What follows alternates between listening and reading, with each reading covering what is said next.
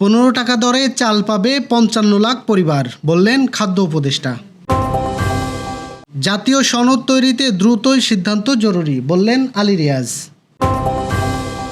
সরকারি প্রধান শিক্ষক হলেন এনসিপি নেতা। মোড়েলগঞ্জে এক মাদ্রাসা ছাত্রকে কুপিয়ে জখম। অভয়নগরে শিক্ষার্থীদের মধ্যে সাইকেল বিতরণ। বঙ্গোপসাগরে অবৈধ অনুপ্রবেশ, 34 ভারতীয় জেলে আটক। ইউক্রেন যুদ্ধ বন্ধে রাশিয়াকে 50 দিনের আলটিমেটাম ট্রাম্পের। দর্শক, শুনছিলেন দিনের খবরের প্রধান শিরোনাম। এবার বিস্তারিত।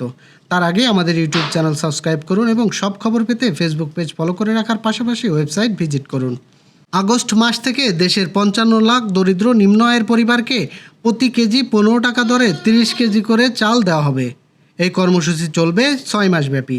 মঙ্গলবার সচিবালয়ে প্রেস ব্রিফিংয়ে খাদ্য উপদেষ্টা আলী ইমাম মজুমদার এসব কথা বলেছেন। আলী ইমাম মজুমদার বলেন, আগামী আগস্ট মাস থেকে ফের চালু হচ্ছে সরকারের খাদ্যবান্ধব কর্মসূচি। এতে দেশের 55 লাখ পরিবার প্রতি মাসে 30 কেজি করে চাল পাবে 6 মাস ধরে। প্রতি কেজি চালের দাম নির্ধারণ করা হয়েছে 15 টাকা করে। সরকারি পরিকল্পনা অনুযায়ী আগস্ট, সেপ্টেম্বর, অক্টোবর ও নভেম্বর এই 4 মাস চাল বিতরণ করা হবে। এরপর ডিসেম্বর ও জানুয়ারি কর্মসূচি স্থগিত থাকবে। পরবর্তীতে আবার ফেব্রুয়ারি ও মার্চে চাল বিতরণ করা হবে। জাতীয় প্রত্যাশা অনুযায়ী রাজনৈতিক দলগুলোকে দায় এবং দায়িত্ব অনুভব করার তাগিদ দিয়ে জাতীয় ঐকমত্য কমিশনের সহসভাপতি আলী রিয়াজ বলেছেন, প্রত্যাশিত অগ্রগতি হচ্ছে না। দ্রুত সিদ্ধান্ত নিয়ে জাতীয় সনদ তৈরির জায়গায় যেতে হবে। মঙ্গলবার রাজধানীর ফরেন সার্ভিস একাডেমিতে জাতীয় ঐকমত্য কমিশনের সঙ্গে রাজনৈতিক দলগুলোর দ্বিতীয় পর্যায়ে 14তম দিনের আলোচনায় এসব কথা বলেন তিনি। সময়ের স্বল্পতার বিষয়ে বিবেচনা করে অবস্থানগত পরিবর্তন করার আহ্বান জানিয়েছেন তিনি। এ সময় প্রত্যাশিত অগ্রগতি হচ্ছে না, অনিষ্পন্ন বিষয়ে দ্রুত সিদ্ধান্ত নিয়ে সবাই মিলে জাতীয় সনদ তৈরির জায়গায় যেতে হবে। আলী রিয়াজ বলেন, কয়েকদিনের আলোচনায় সিদ্ধান্ত নিয়ে কাঠামোগত বিষয়ে একমত হতে হবে। মানুষের প্রত্যাশা অনুযায়ী রাজনৈতিক দলগুলোকে দায় এবং দায়িত্ব অনুভব করতে হবে।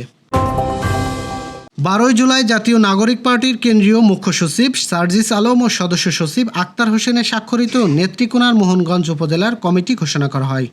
এই কমিটিতে সরকারি চাকরিবিধি লঙ্ঘন করে পদ নিয়েছেন উপজেলার প্রাথমিক বিদ্যালয়ের প্রধান শিক্ষক রফিকুল ইসলাম শুভকে প্রধান সমন্বয়কারী এবং আব্দুল হান্নান আকন্দকে যুগ্ম সমন্বয়কারী করে 17 জনের কমিটি ঘোষণা করা হয়। পদ পাওয়া আব্দুল হান্নান আকন্দ উপজেলার 6 নং ইউনিয়নের সরাসি আহমেদ হোসেন সরকারি প্রাথমিক বিদ্যালয়ের প্রধান শিক্ষকের দায়িত্ব পালন করছেন। অভয়নগরে উপজেলা প্রশাসনের উদ্যোগে উপজেলার বিভিন্ন শিক্ষা প্রতিষ্ঠানের শিক্ষার্থীদের মধ্যে বাইসাইকেল বিতরণ করা হয়েছে। মঙ্গলবার সকালে অভয়নগর উপজেলা চত্বরে বাইসাইকেল বিতরণ অনুষ্ঠানে প্রধান অতিথি ছিলেন যশোরের জেলা প্রশাসক মোহাম্মদ আজহারুল ইসলাম। এ সময় উপজেলার 14টি শিক্ষা প্রতিষ্ঠানের 15 জন মেধাবী শিক্ষার্থীদের মধ্যে সাইকেল বিতরণ করা হয়। এ সময় 2টি শিক্ষা প্রতিষ্ঠানের ক্রীড়া সামগ্রী বিতরণ করা হয়। বঙ্গোপসাগরের বাংলাদেশের জলসীমা অবৈধভাবে অনুপ্রবেশ ও মাছ ধরার অভিযোগে ভারতীয় 2টি ফিশিং ট্রলারসহ 34 জন জেলেকে আটক করেছে বাংলাদেশ নৌবাহিনী। সোমবার ভোররাতে মোংলা বন্দরের অধীনে ফেরুয়ালা বয়া এলাকায় ট্রলার 2টি আটক করা হয়। অভিযানে অংশ নেয়া সেনাবাহিনীর যুদ্ধজাহাজ বণিক খালিদ বিন ওয়ালিদ। আটককৃত ট্রলার 2টি বিএফ ঝড় ও মন্ডল লন্ডি। ট্রলার 2টি বিপুল পরিমাণ সামুদ্রিক মাছ ছিল, যা জব্দ করেছে সেনাবাহিনী। নৌবাহিনী সূত্রে জানা গেছে, আটক ভারতীয় জেলেদের মঙ্গলবার রাত 11টার দিকে মোংলা থানা পুলিশের কাছে হস্তান্তর করা হয়েছে। বাগেরহাটের মোড়েলগঞ্জে হামিজিয়া দাখিল মাদ্রাসার ছাত্র বাপ্পি শেখ নামে এক 10ম শ্রেণীর ছাত্রকে কুপিয়ে জখম করেছে দুর্বৃত্তরা। গুরুতর ওই ছাত্রকে রাতেই মোড়েলগঞ্জ উপজেলা স্বাস্থ্য কমপ্লেক্সে ভর্তি করা হয়েছে।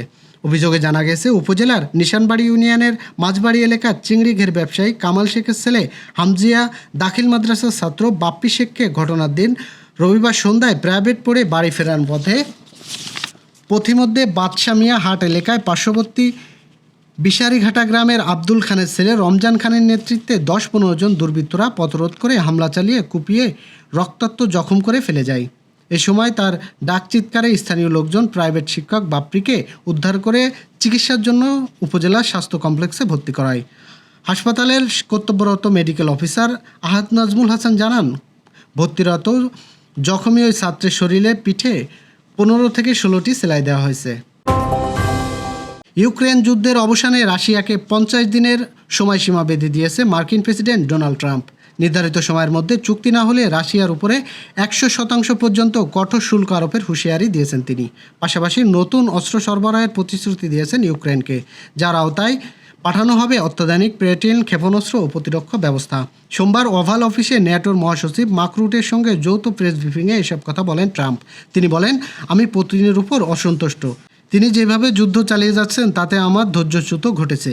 এই যুদ্ধ বন্ধ করতে রাশিয়াকে 50 দিনের সময় দিচ্ছি।